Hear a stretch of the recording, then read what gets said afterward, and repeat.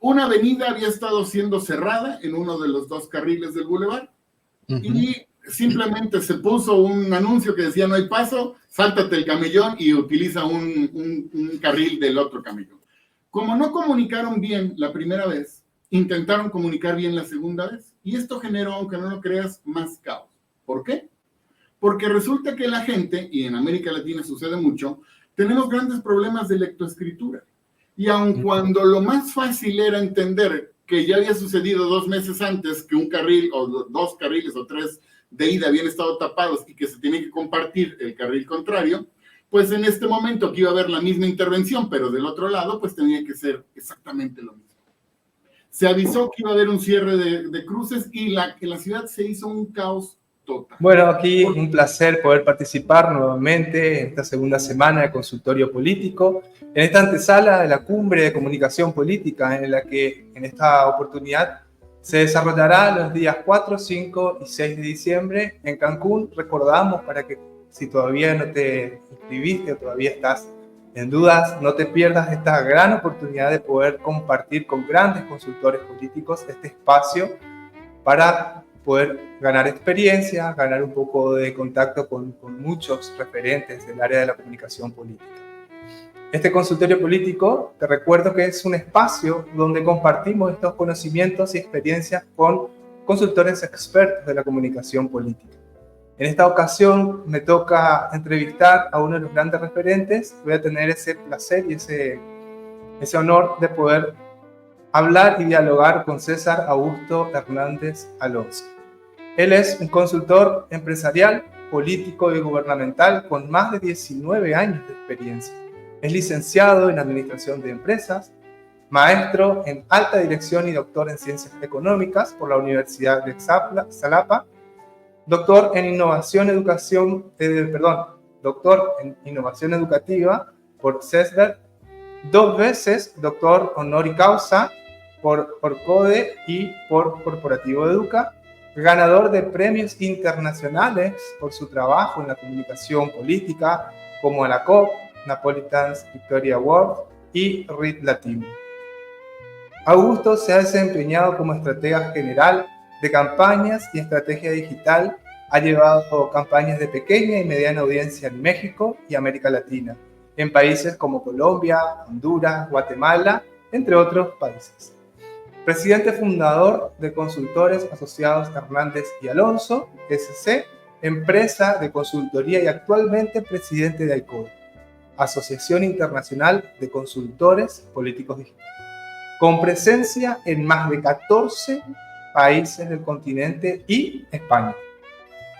Escritor de artículos indexados en revistas internacionales, coordinador, compilador y coautor de libros como Anecdotario Político 1 y 2 de AICODI y Ganar y Punto de ACEIPOL, entre otros. Un verdadero placer tenerte con nosotros, Augusto Hernández. Bienvenido.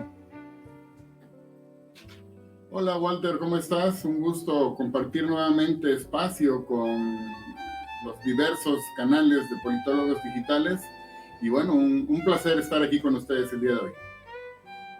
Muchísimas gracias. Para nosotros es un gusto poder compartir, dialogar con vos y poder ofrecerle a la audiencia toda tu experiencia en el área de la comunicación gubernamental, en la comunicación política, digital, como ya vimos recién en tu vasta carrera en el área. Y para comenzar, para poder ofrecerle a la audiencia alguna perspectiva amplia, para comenzar de esa manera, ¿cómo podemos lograr una comunicación gubernamental efectiva y exitosa, Augusto? Mira, por lo regular hago este comentario, ya en mis presentaciones debe de ser una especie de cliché, pero lo que sí te puedo decir es que no hay una receta perfecta, Walter. Si lo hubiera, cualquiera pudiera comunicar efectivamente y más desde gobierno. Lo que sí te puedo decir también es que aunque no hay una receta perfecta, sí hay elementos de comunicación básicos que definitivamente pueden ayudar a que la comunicación efectiva se realice desde gobierno. Y para mí, uno de estos puntos, y el más importante, es poner en el centro de la comunicación al ciudadano, a la ciudadanía. entender que una cosa es la campaña política y otra cosa es la comunicación gubernamental, en donde no tenemos que convencer a nuestro objetivo, a nuestro target, para que nos dé su voluntad o su voto, ¿no? Sino más bien tenemos que informar. Hay un cambio, ¿no? Dejamos de comunicar simplemente ideas, propuestas, intenciones, la diferenciación, sino que ahora informamos. Y eso es un riesgo realmente fuerte en una época como en la que vivimos, donde las personas posiblemente queremos, en general, estar menos informadas que entretenidas. Es decir, utilizamos herramientas como en este momento nos están viendo en redes sociales, en algún programa, streaming bajo demanda, ¿no? Que llegamos a nuestros horarios y ahora con estos dispositivos podemos estar viendo el partido de básquetbol en cualquier momento o el programa que nosotros queremos, la serie, etcétera. Pero nosotros elegimos lo que queremos entretenernos, no informarnos. Así que ahí viene el gran duelo. Por ello creo yo que el punto número 1 es poner en el centro de la comunicación a la ciudadanía y con base en eso y en entender que ahora tenemos que informar, dar la información necesaria y suficiente para que la gente aprecie las acciones gubernamentales y los proyectos que se están llevando a cabo en beneficio de ellos. Dejar de hablarle al círculo rojo sería el punto número 2. Walter, si nosotros seguimos hablándole, ya sea en redes sociales, en el espacio digital y no digital, en el offline también, si nosotros seguimos hablándole al círculo rojo y seguimos iniciando esos posts kilométricos, donde con la honrosa representación del gobernador constitucional del estado de tal lugar, y el nombre, y lo tagueas, y asimismo con la PNM, y estuve presente junto con... Y hablas un megachorizo enorme, bueno, si la gente de Costa Rica... Sí, chorizo no tiene nada que ver con lo que ustedes piensan, pero algo enorme, ¿no? Kilométrico, muchas palabras, cuando no le hemos dicho para qué estamos en esa reunión.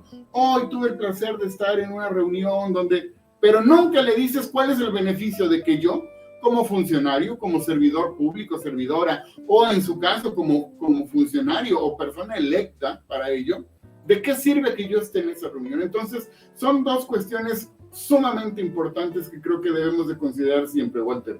1, es poner en el centro de la comunicación a la ciudadanía, y 2, dejarle de hablar al círculo rojo en cualquiera de los escenarios. Genial. En ese sentido, antes de pasar a otro tema, cuando hablamos o cuando explicas esta parte más que nada del punto 2, ¿qué temas? Porque obviamente cada país, cada contexto, inclusive dentro de un mismo país, cada zona tiene su característica propia. ¿Y cómo se puede filtrar esto? ¿Cómo saber qué es lo que la ciudadanía está queriendo escuchar o está queriendo saber referente a lo que pasa en el gobierno? Porque se ve a veces una total desconexión, es decir, hay como una pelea interna de partidos o mismo en las cuestiones legislativas, en donde se hablan de temas, como mencionabas vos, de ese círculo rojo y no de lo que la ciudadanía en realidad está tratando de comprender o de entender de lo que sucede en el gobierno.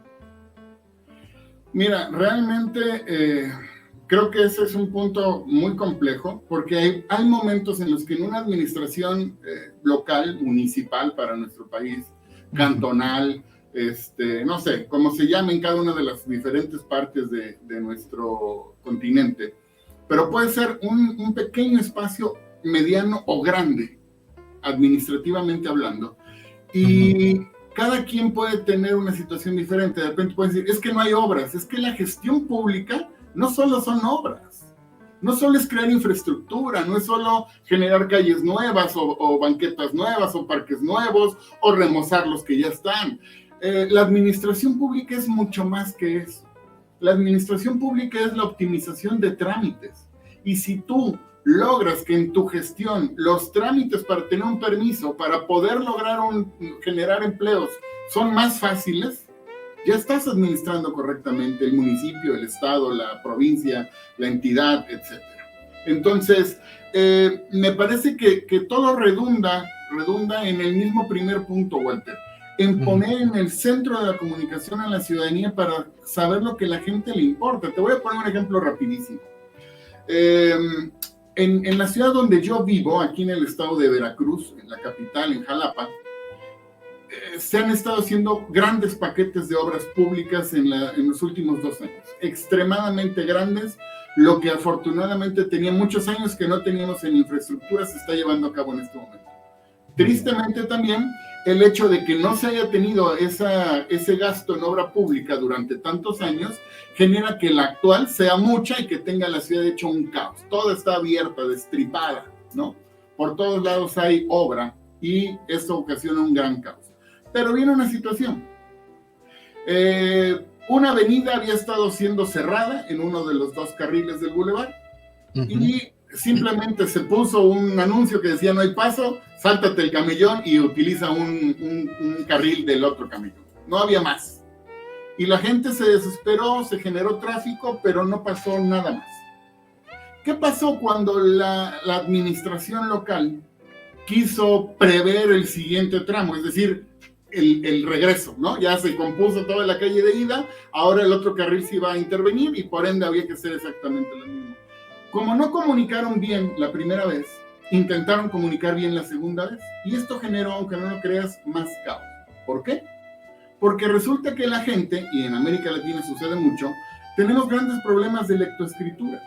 Y aun cuando lo más fácil era entender que ya había sucedido 2 meses antes que un carril o 2 carriles o 3 de ida habían estado tapados y que se tenía que compartir el carril contrario, pues en este momento que iba a haber la misma intervención, pero del otro lado, pues tenía que ser exactamente lo mismo. Se avisó que iba a haber un cierre de cruces y que la ciudad se hizo un caos total. ¿Por qué? Porque nuevamente no volvimos a comunicar de la forma correcta ni lo que la gente quería saber. Es decir, sí iba a haber paso, sí iba a haber circulación, aunque más comprometida, porque ahora iban a tener que compartir uno de los lados de la circulación. Esto es lo que pasa. Cuando nosotros no escuchamos, no hacemos esta escucha social, cuando no sabemos qué es lo que le preocupa a la gente, qué es lo que quiere saber, ese es el problema que se genera en la comunicación gubernamental. Sí, tenés, la verdad que con este ejemplo ilustraste muy bien los 2 puntos que habías mencionado y justamente era lo que te estaba consultando porque se ve mucho en muchas gestiones públicas, esta cuestión de la desconexión total que hay al momento de comunicar sobre este tipo de cosas. Pasando más a un plano más personal que tiene que ver con esta pasión, porque al escucharte hablar y como muchos consultores con los que estamos dialogando, se les nota trasciende la pantalla, esa pasión que se les nota por la comunicación política y obviamente nos inspiran a eso. ¿Qué es lo que más disfrutás al momento de comenzar un proyecto o al momento de empezar a revisar lo que es la comunicación política digital? En algunos casos proyectos o en otros casos el análisis sobre cómo se está comunicando en la comunicación gubernamental. Lo que más disfruto es el estrés. Es el no dormir, es el estar tenso, es el comer a deshoras, es el que me salgan más canas. Eso es lo que más disfruto, Walter. No es cierto. La verdad es que efectivamente a quienes estamos en esto nos tiene que apasionar la comunicación y sobre todo la comunicación política. Nos tiene que apasionar porque si no se sufre demasiado. Y de todas formas se sufre, pero nos gusta sufrir. Entonces, lo que más disfruto definitivamente es tener un proyecto en el cual poder comunicar, un proyecto que tenga herramientas para comunicar. Fíjate que yo creo que a principios de este año teníamos una cuenta en Jalisco, un municipio de Jalisco, del otro lado, de la otra costa aquí en mi país. Y era un proyecto muy interesante porque es un municipio pequeño, pero que tiene muchas herramientas y muchos programas sociales que ni siquiera la gente conoce porque no se estaban comunicando. Y nos dimos a la tarea de hacer eso, de comunicarle a la gente los programas. Entonces, lo que más disfruto es un proyecto que se pueda trabajar y que tenga elementos para comunicar. Sobre todo cuando los equipos de comunicación se dejan ayudar, ¿no? No es porque uno tenga, insisto, la receta secreta, sino porque desde afuera las cosas se observan diferentes. Cuando está uno al interior de la administración pública, ya sea estatal o municipal, local, cantonal, el proyecto va diferente, ¿no? Porque uno se va viciando, en el día a día se vicia uno. Desde afuera, como consultor o consultora, tenemos una oportunidad diferente. Entonces, se disfruta así el estrés, pero más se disfruta tener un proyecto agradable. Igual. Y en ese sentido, me gustaría saber esta cuestión de comenzar un nuevo proyecto o el de estar en ese proyecto en la vida misma, en cualquier proyecto que tengamos nosotros, pero en este caso, como estás comentando vos, hay un montón de factores que influyen al momento de recibir una propuesta de trabajo, en este caso de la comunicación política. ¿Qué es lo primero que vas mirando o cuáles son los primeros pasos que vas haciendo? Si bien esto se hace en equipo, en grupo, no hay posibilidad, a no ser que sea solo una consultoría o asesoría. Si hay un proyecto en el que hay que abordarlo, ¿qué es lo primero que vos lo vas palpando, viendo como para poder abordarlo? Mira, definitivamente depende qué tipo de proyecto sea y qué tipo de consultoría o servicio se vaya a ofertar, ¿no? Pero básicamente paso número 1 es hacerse llegar la información. No puedes diseñar una estrategia si no tienes información. Necesitas hacer un conteo, en el caso de la comunicación gubernamental, de dónde estás parado, de qué se está haciendo, de qué hicieron antes, de qué se puede hacer, de qué es lo que estás trabajando, de qué herramientas tienes. Tienes que generar un inventario, ¿no? Más allá de, además de tener data, necesitas generar un inventario. Y de repente yo siempre les platico cuando me toca dar alguna charla, es cuando hablamos de inventarios, por lo regular pensamos en cosas, ¿no? Tengo una, o de repente decimos, ¿sabes qué? Genera un presupuesto y el presupuesto lo vemos en números. Y no, los inventarios debemos verlos desde mi punto de vista personal en recursos. Y los recursos no solo son económicos o humanos, son técnicos y materiales, ¿no? Entonces, vienen estos 4 tipos básicos de recursos, los tecnológicos, obviamente, pero vienen estos recursos que nos van a decir con qué podemos optar. De repente yo pudiera decir, ¿sabes qué? Es que yo quiero generar unos spots o unos reels que traigan una toma aérea y entonces venga y haga una salida y le damos una rampita y se va a ver padrísimo. Oye, ¿sabes qué? No tenemos dron. Pues se acabó mi sueño de tener una toma aérea, ¿no? Entonces, no podemos diseñar, no podemos planear comunicación si no estamos nosotros sabiendo con qué contamos, tanto humano como tecnológico, y definitivamente, claro que sí, lo económico es sumamente primordial. Pero me parece que esos son los 2 puntos de partida básicos: el tener información, en saber qué podemos hacer, en conocer la data real, en dónde estamos parados. Y el segundo es contar con este inventario, contar con este presupuesto que vamos a estar ejecutando para poder entonces, con base en eso, tomar decisiones mucho más apegadas a la realidad y no hacernos sueños de tomas de dron cuando a lo mejor voy a tener que trabajar con un celular. No pasa nada, se puede trabajar, pero lo importante es saber con qué vamos a trabajar. Es fundamental, muy buena, ilustra muy bien lo que es la vida del consultor político, del equipo de consultoría política, desde el momento en el que comienza a trabajar. Te llevo a otro terreno. En el segundo Congreso Internacional de Estrategia Política y Comunicación Política, hablaste sobre lo que es la traición política.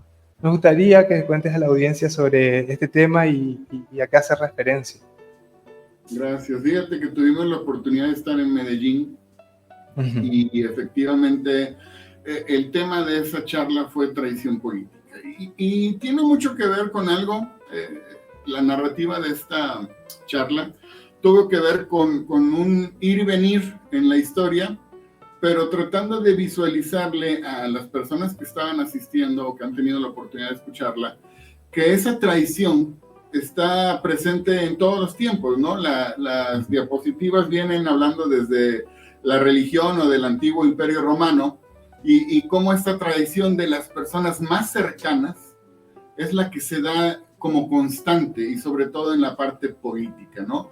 Habría la presentación, si no mal recuerdo, un par de imágenes. Una era del emperador Julio César, y del otro lado era una imagen de Brutus, ¿no?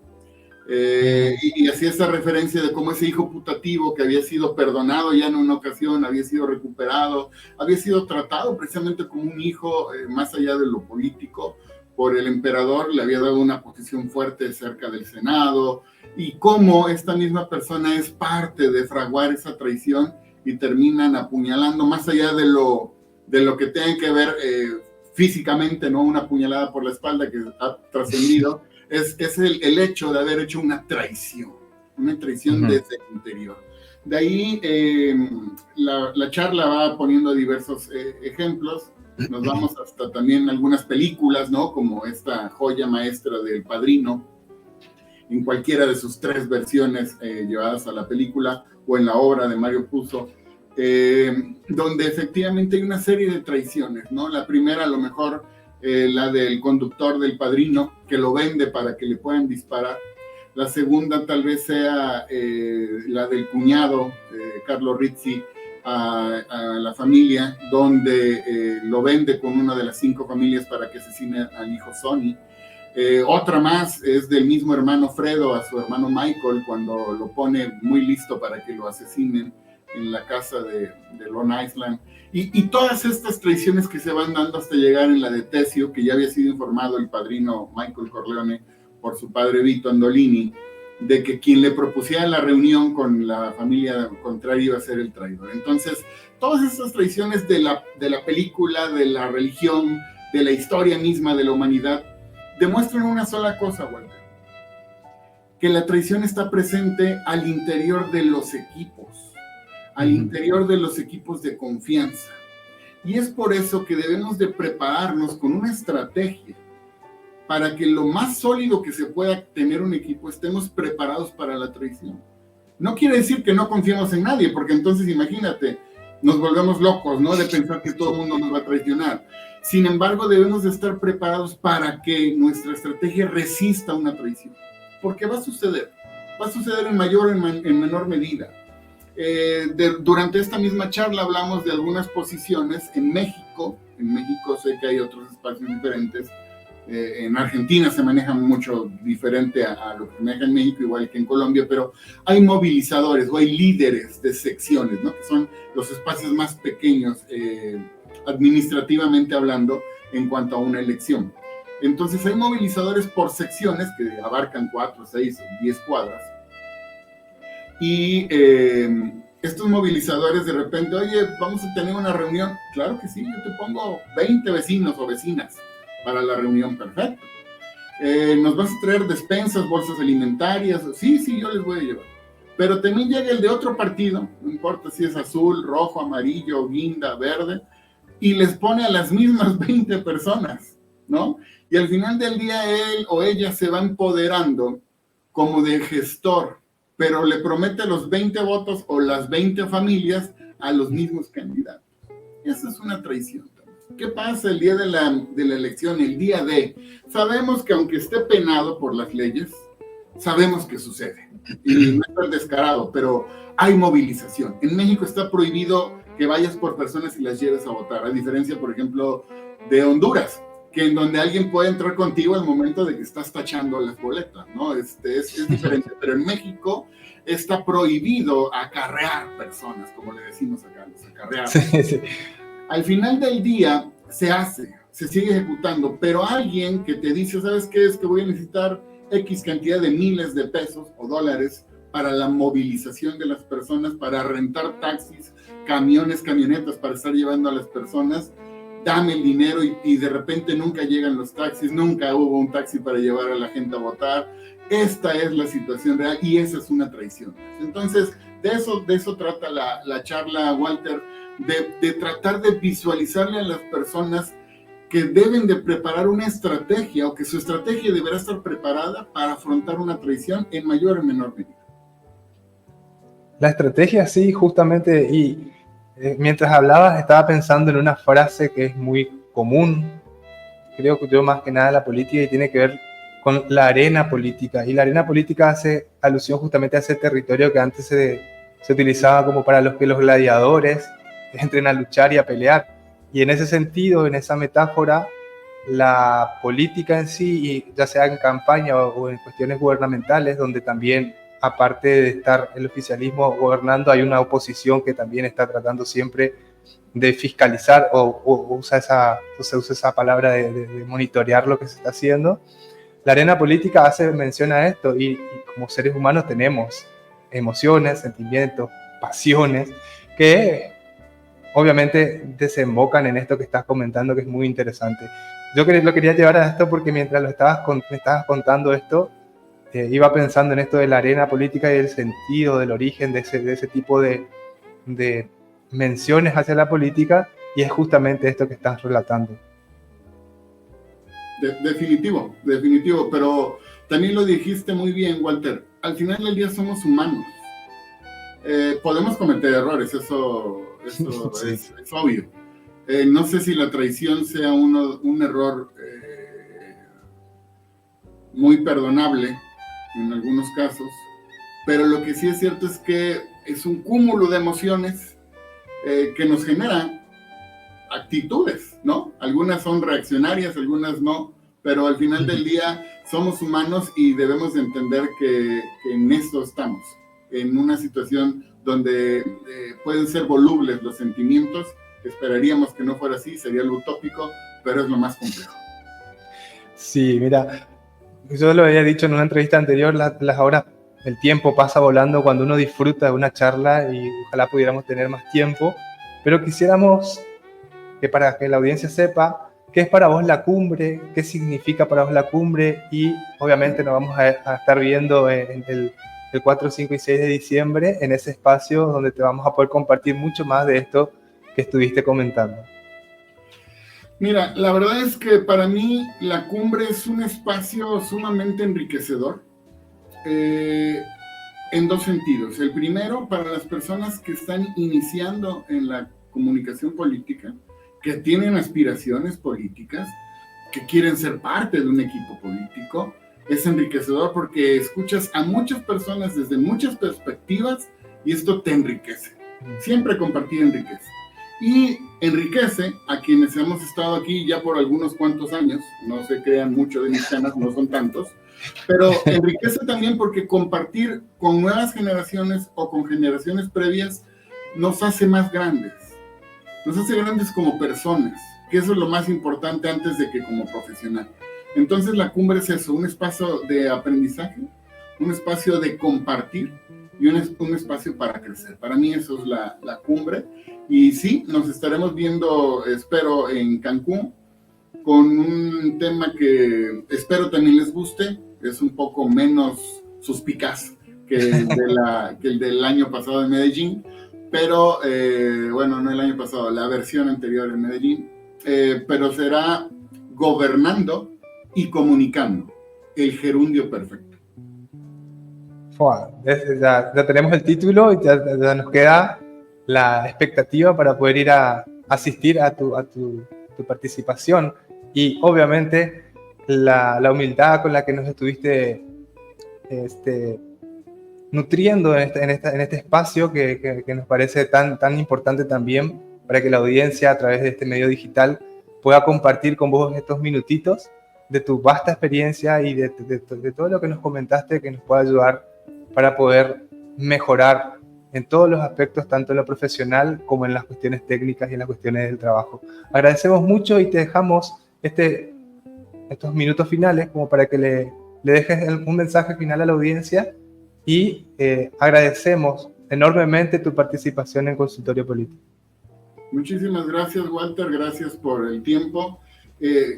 Viste, ya no hablas como argentino, ya hablas más como paraguayo. Estoy mimetizado. Eso es raro, pero lo has logrado.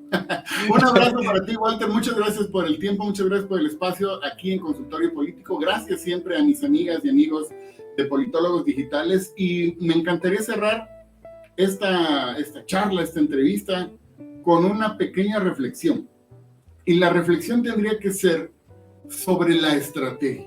Sabemos que es una estrategia. Entendemos que la estrategia de comunicación política y de una campaña política o de comunicación gubernamental tiene y debe ser una sola. un solo objetivo general, con diversos específicos, pero una sola estrategia bajada en diferentes canales, al menos 3, nuestros 3 escenarios donde desarrollamos la política, ya sea en campaña o en gobierno, que es el espacio territorial, el espacio de los medios de comunicación masivos y, obviamente, el escenario digital. Sabemos y entendemos esto, porque si no, es momento de cambiar ya el chip. Es momento de entender que sin estrategia, lo demás son ocurrencias. Sin estrategia, no podemos llegar a ningún lado. Sin un plan que nos guíe el camino, claro, vendrán adversidades y seguramente habrá que sortearlas y no las tenemos previstas. Pero con un plan será mucho más fácil alinear, corregir y regresar al objetivo principal. Así que las invito a que por favor analicen al interior de sus equipos, ya sea de campaña, de gobierno o de sus mismos lugares de trabajo, de sus empresas, si efectivamente tienen una estrategia, si saben lo que es una estrategia y si no, ¿qué están esperando? Busquen apoyo de profesionales que les ayuden de la mano a desarrollar una estrategia que les permita tener éxito. Muchísimas gracias, Walter, y nuevamente un abrazo afectuoso a todas las personas que hacen posible Politólogos Digitales. Desde aquí también un fuerte abrazo para vos y ojalá podamos estar muy pronto ahí en México para poder seguir esta charla y poder dialogar, que no sea la última y se repita, la comunicación política nos vuelva a encontrar. Agradecido con vos, Augusto.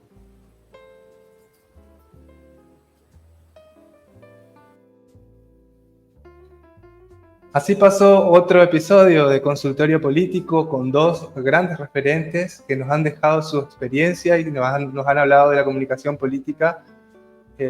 La verdad que nos vamos llenos, nos vamos satisfechos de tanta comunicación política y los esperamos el día de mañana al mismo horario, por los mismos canales, para que podamos seguir compartiendo este gran espacio ofrecido por Politólogos Digitales. Agradecido con los invitados de hoy. Agradecido también con quienes se han conectado, con quienes han interactuado, compartido y dejado sus impresiones en la caja de comentarios. Y por supuesto, muchas gracias a la cumbre online y a Politólogos Digitales que hacen posible estos espacios. Recuerden que Politólogos Digitales siempre está a un clic de distancia. Nos vemos mañana.